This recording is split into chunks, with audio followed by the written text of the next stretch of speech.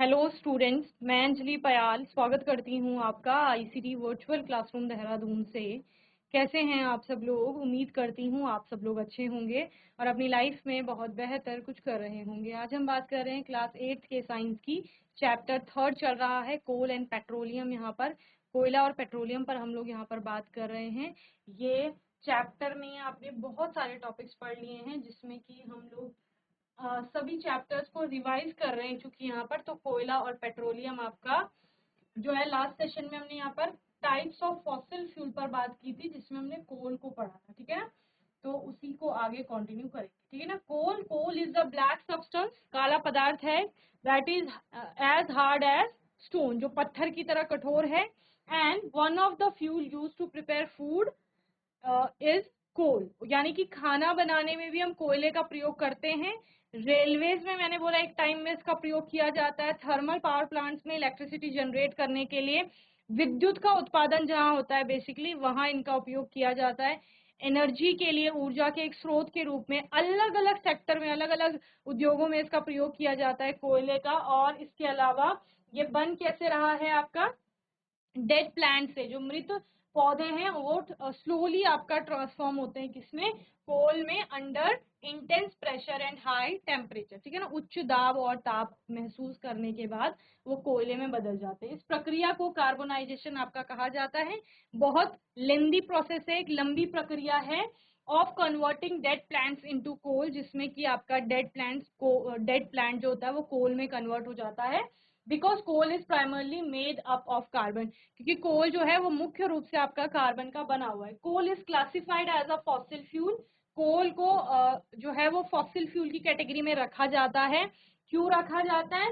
Because it was created from the left overs of plants, क्योंकि ये plants के left over से बनता है, इस वजह से। Then when coal is burned in the presence of air, it burns and produces primarily carbon dioxide gas. जब कोल जलता है यानी कोयला जलता है वायु की उपस्थिति में, तो वो क्या प्रोड्यूस करता है? कार्बन डाइऑक्साइड प्रोड्यूस करता है। In industry coal is process to produce useful product such as coke, coal tar and coal gas. Okay, तो कोयले का प्रयोग बहुत सारी जगह पर किया जाता है अलग अलग पदार्थ बनाने के लिए, जिनमें से यहाँ पर कोक है, कोल tar है एंड कोल गैस है। इनको बनाने के लिए किसका, कोयले का प्रयोग किया जा रहा है। ओके, चलिए, now we will classify coal on the basis of its physical state. Physical state के आधार पर, यानी भौतिक अवस्था के आधार पर हम कोल को बांटेंगे। सॉलिड स्टेट में वो हमें कोक के रूप में दिखता है, लिक्विड में वो कोल तार के रूप में दिखता है, और गैस के रूप में वो हमें कोल गैस की तरह दिखता है यहाँ पर, ठीक है ना। यानी कि जब वो कोल आपका सॉलिड फॉर्म है तो कोक कहलाएगा, लिक्विड में तो कोल तार है, या उसके एग्जाम्पल आप बोल सकते हो।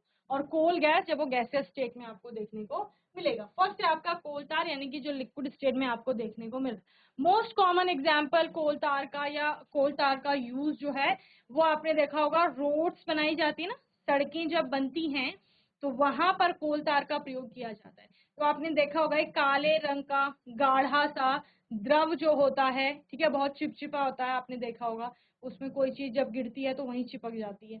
तो इस प्रकार से आपको कोल तार देखने को मिलता है। तो कोल तार या तार कोल भी इसको कहा जाता है। It's a dark thick liquid with an obnoxious odour. Okay, क्या कहा जा रहा है? इट्स अ डार्क, ये कैसा है? गाढ़ा द्रव है आपका, ठीक है। डार्क यानी काले रंग का है, थिक गाढ़ा है, विद एन ऑब्नोक्शियस स्मेल या ऑर्डर स्मेल बोल सकते हो आप, यानी कि गंध जो होती है एक अजीब प्रकार की है। It's made up of almost 200 different chemicals, या इससे ज्यादा भी कहीं कहीं आप पढ़ते हैं, यानी बहुत सारे केमिकल से, सैकड़ों केमिकल से मिलकर के आपका कोल तार बना हुआ होता है, यानी अलग अलग प्रकार के रसायन है उसमें। Coal tar is used as starting materials for the manufacture of various substances used in everyday life and industry, such as synthetic dyes, drugs, explosives, perfumes, plastics, paints, photographic material, roofing material, and so on. ठीक है ना। कोल तार अलग अलग जगह पर आपका काम में आता है। किसी पर्टिकुलर पदार्थ की मैन्युफैक्चरिंग में, उसको बनाने के लिए कोल आपका सबसे पहले यूज में आता है। तो उनमें से क्या क्या है आपका, कौन कौन सी चीजें हैं? जैसे सिंथेटिक डाइज हमारे बनते हैं, संश्लेषित डाइज जो बनते हैं, कलर्स बनते हैं ना वो। और ड्रग्स हो गई, कई औषधियों को बनाने में इसका उपयोग होता है। एक्सप्लोजिव जो होते हैं विस्फोटक, उनको बनाने में। परफ्यूम्स, ठीक है ना, या प्लास्टिक हो गया आपका, या पेंट हो गए, फोटोग्राफिक मटेरियल जो बनते हैं, या रूफिंग मटेरियल हो गए, रोड बनाने में आपने देखा ही है तो इसका यूज होता है।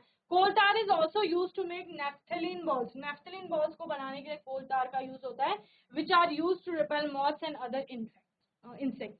इसका उपयोग, जो आपकी नेफ्थलीन बॉल्स होती हैं, आपने देखा होगा नेफ्थलीन बॉल्स देखी होंगी, कपूर जिसको आप लोग कहते हैं, जिसको कपड़ों में डाला जाता है ताकि कपड़ों पे मॉथ या कोई इंसेक्ट यानी कि कोई कीड़ा वगैरह ना लगे, तो उनसे बचाने के लिए नेफ्थलीन बॉल का यूज किया जाता है। तो उसको बनाने के लिए, नेफ्थलीन बॉल को बनाने के लिए कोल तार का भी प्रयोग किया जाता है। Bitumen a petroleum product is now use to materialise metalise roads in place of coal tar, यानी कि कोल तार का प्रयोग रोड्स को बनाने में भी किया जाता था, जिसके स्थान पर अभी बिटुमिन का प्रयोग भी किया जाता है, जो कि एक पेट्रोलियम प्रोडक्ट है। इतना समझ आ गया? देखो कोल तार, सबसे पहली चीज देखने में, जब आप कह रहे हो मैम हमने वो देखा है, तो देखने में कैसा था बताओ? काले रंग का होता है, ठीक है, और उसमें क्या होता है, गाढ़ा द्रव है वो, पानी की तरह बहुत वैसा नहीं है कि एकदम से बह रहा है, थोड़ा गाढ़ा है। और स्मेल भी उसकी बहुत अजीब प्रकार की, गंध आपने देखी होगी जब उसके पास रहते हैं, काले रंग का है, बहुत अजीब प्रकार की गंध है। और क्या बोला है, बहुत सारे केमिकल से मिलकर के वो बना हुआ है। और यूज की बात करेंगे, यूज में कहाँ यूज हो रहा है, आप बोलो सड़क बनाने में यूज हो रहा है, परफ्यूम बनाने में यूज हो रहा है, नेफ्थलीन बॉल बनाने में यूज हो रहा है, फोटोग्राफिक फिल्म को बनाने में यूज हो रहा है, पेंट्स बनाने में यूज हो रहा है, आपके अलग अलग ड्रग्स बनाने में यूज हो रहा है। तो इतने सारे उसके क्या है, यूजेस हैं यहाँ पर। तो ये आपका क्या है, कोल तार। अब इसको आप लोग नोट कर लेंगे जल्दी।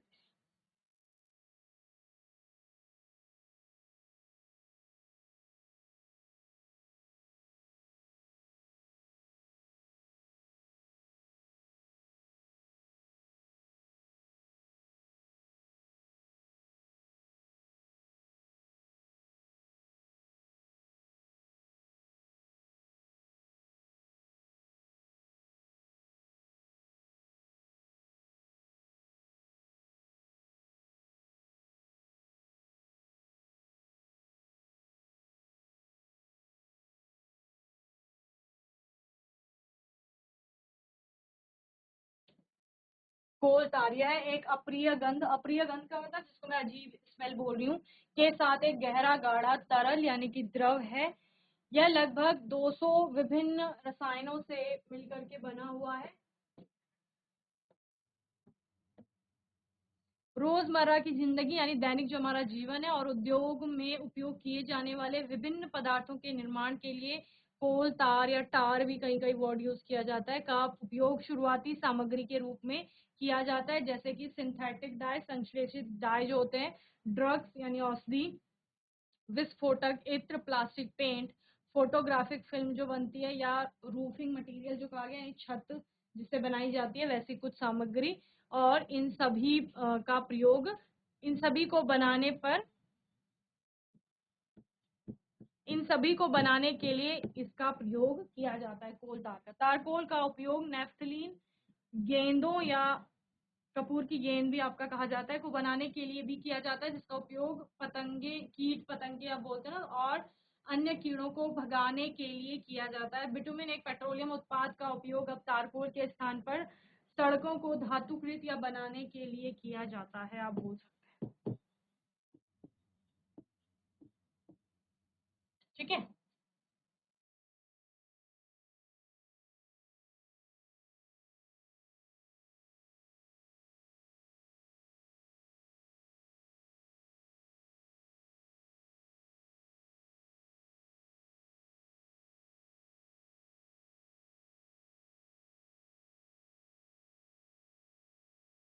चलिए।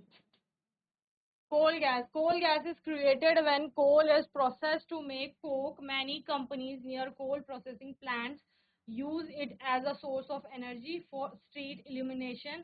Coal gas was employed. It is now employed as a heat source rather than a light source. Okay, क्या कहा गया?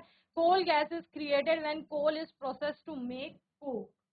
जब कोक को बनाने के लिए कोल को प्रोसेस किया जाता है, कोल से कोक बन रहा है, तो कोल की प्रोसेसिंग की जाएगी। कोल की जब प्रोसेसिंग यहाँ चल रही होगी कोक बनाने के लिए, उस दौरान जो गैस निकलती है उसको कोल गैस कहते हैं।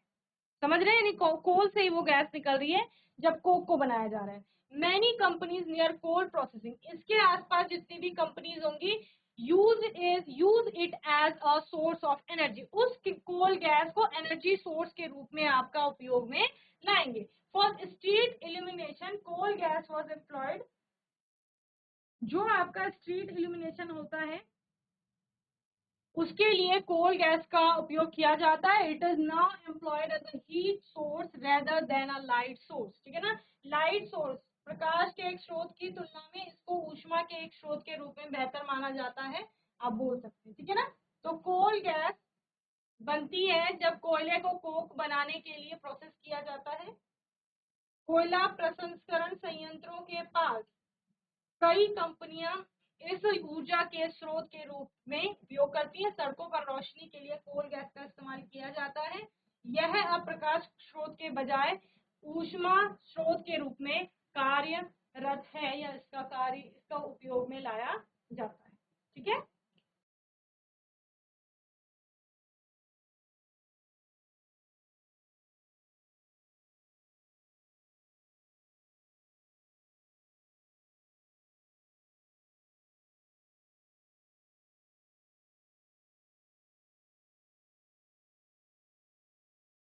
चलिए,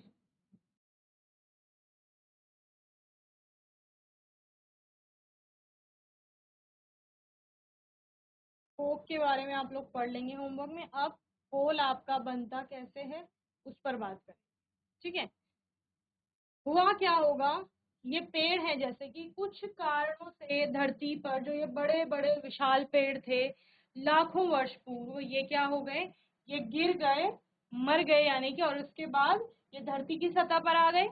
धीरे धीरे बारिश हुई होगी, कुछ प्राकृतिक आपदाएं होंगी, या किसी भी कारणों से उन पेड़ों के ऊपर मिट्टी की परतें आती चली। मिट्टी आया, पानी आया, ठीक है, एक एक करके आपका परतें चढ़ती गई उन पर, और धीरे धीरे ये जो लेयर है ये यहाँ आ गई आपका नीचे, ठीक है ना। नीचे आ गई क्यों, क्योंकि अब मिट्टी की परतें आ गई, यहाँ कोई और जीवन शुरू हो गया, समझ रहे हो, फिर से पेड़ आ गए इस धरती पर। अब यहाँ क्योंकि वो धरती के नीचे है, तो आप पढ़ते हैं कि धरती के नीचे तापमान बहुत ज्यादा होता है, गर्मी होती है, और दबाव भी महसूस करेंगे वो। तो यहाँ बहुत ज्यादा आपकी क्या होगी, गर्मी होगी, यानी टेम्परेचर हाई होगा वहाँ, और दबाव भी बहुत ज्यादा महसूस करेंगे, जिसके कारण कि धीरे धीरे जो वो मृत पेड़ थे वो पेड़ अपघटित होना शुरू हो जाएंगे। ऑक्सीजन वहां पहुंच रही है, अपघटन हो रहा है। एक समय के बाद वायुमंडल से या हमारे एनवायरमेंट से ऑक्सीजन की जो सप्लाई थी वहां के लिए वो रुक जाएगी। सप्लाई रुकने का अर्थ क्या है, कि वो अब ऑक्सीजन नहीं पहुंच पा रही। जब ऑक्सीजन नहीं पहुंचेगी तो अपघटन रुक जाएगा वहां पर। फिर क्या होगा, फिर आपका फॉसिल रह जाएगा, और फॉसिल से फ्यूल का निर्माण होने लगेगा, और जो वो फ्यूल बनेगा वही आपका क्या है, कोल, ठीक है। तो यहाँ पर आपको कुछ लिखा गया, पीट डिकेइंग प्लांट जो यहाँ है, layers on top of the पीट प्रेस डाउन ऑन द पीट, यानी कि जो इसके ऊपर, जो पीट के ऊपर लेयर आ गई है, परत आ गई है, जो मृत अवशेषों के ऊपर परत आ गई है, वो उस पर क्या डाल रही है, प्रेशर डाल रही है। आफ्टर मैनी ईयर्स, कई सालों बाद, ऐसा नहीं हुआ कि आज पेड़ टूटा, आज वो गिरा, कल उसमें मिट्टी की परत आ गई और परसों कोयला बन गया, नहीं। ये प्रक्रिया कई सौ लाखों वर्षों तक चलती है, यानी बहुत, सैकड़ों लाखों वर्षों तक, 100 लाख वर्ष, 300 लाख वर्ष, इस प्रकार से। तो इतने वर्षों तक ये प्रक्रिया चल रही है। After many years of pressure and heat, कई वर्षों के दबाव के और ऊष्मा के कारण द पीट टर्न्स इनटू कोल, वो जो पीट था वो किसमें कन्वर्ट हो गया, कोल, यानी कि कोयले में आपका बदल गया। समझ गए, सिंपल सी बात। पेड़ था, टूटे, धरती के नीचे दबे, अपघटन हुआ, हाई टेम्परेचर हाई प्रेशर के कारण वो कोल में कन्वर्ट हो गए, सिंपल सी बात है, ठीक है ना। ऐसा कुछ बना लो और लिख लो ये पॉइंट।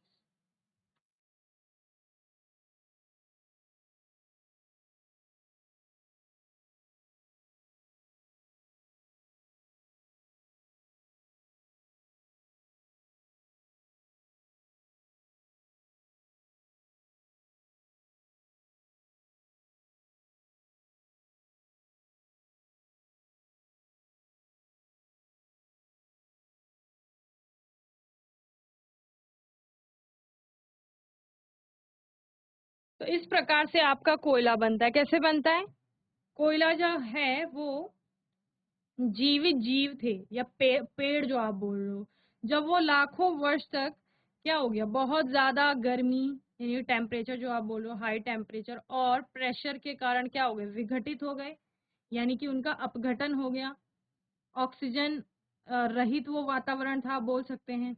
और उसके बाद वो धीरे धीरे किसमें, ईंधन में बदल गया, और वो ईंधन क्या है आपका, यहाँ पर कोयला है। ओके,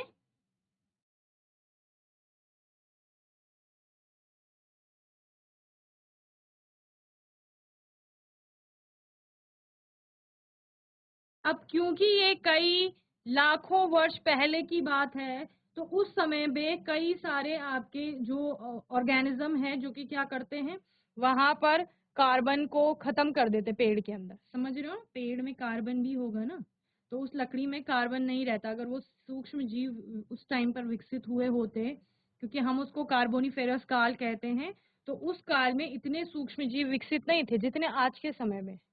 समझ रहे, तो उनका डिकम्पोजिशन हो रहा था, लेकिन कार्बन उसकी वैसे ही विद्यमान थी, इसीलिए वो कार्बन कोल में आपका बदल गई।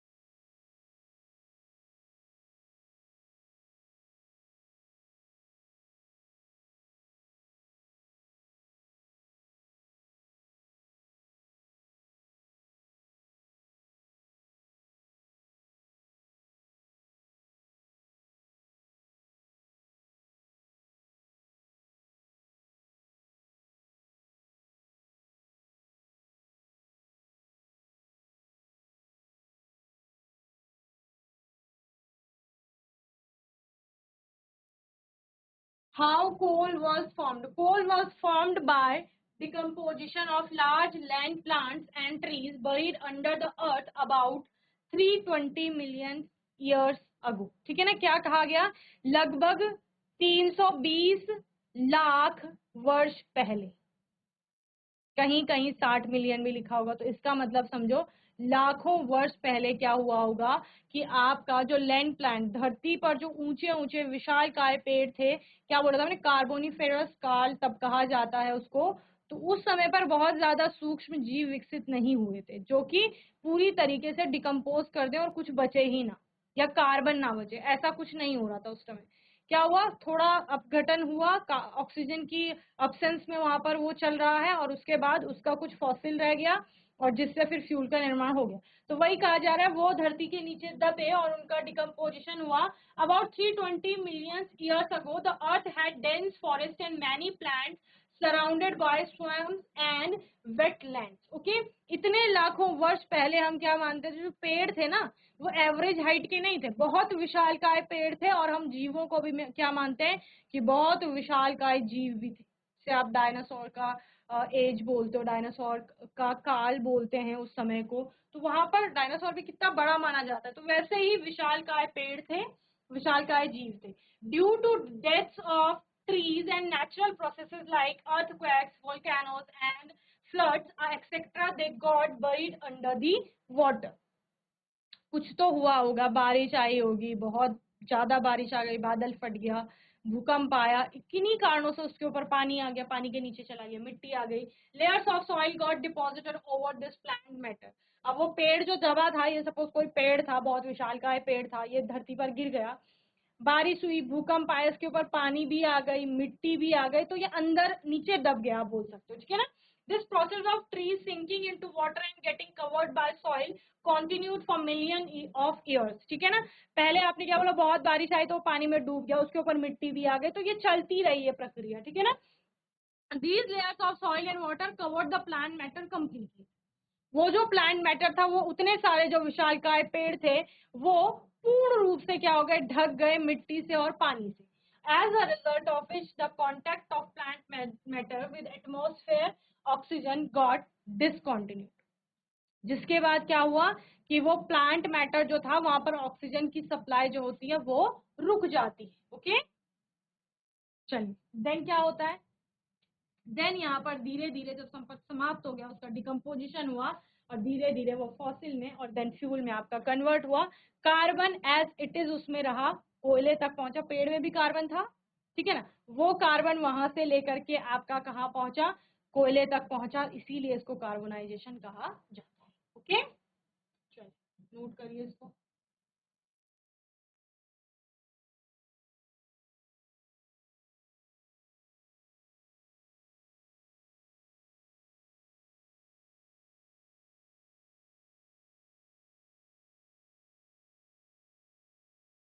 इसके बाद हम आने वाले सेशन में पेट्रोलियम पर बात करेंगे। एक बार आप लोग इस पेट्रोलियम को होमवर्क में देख करके आओ, ठीक है।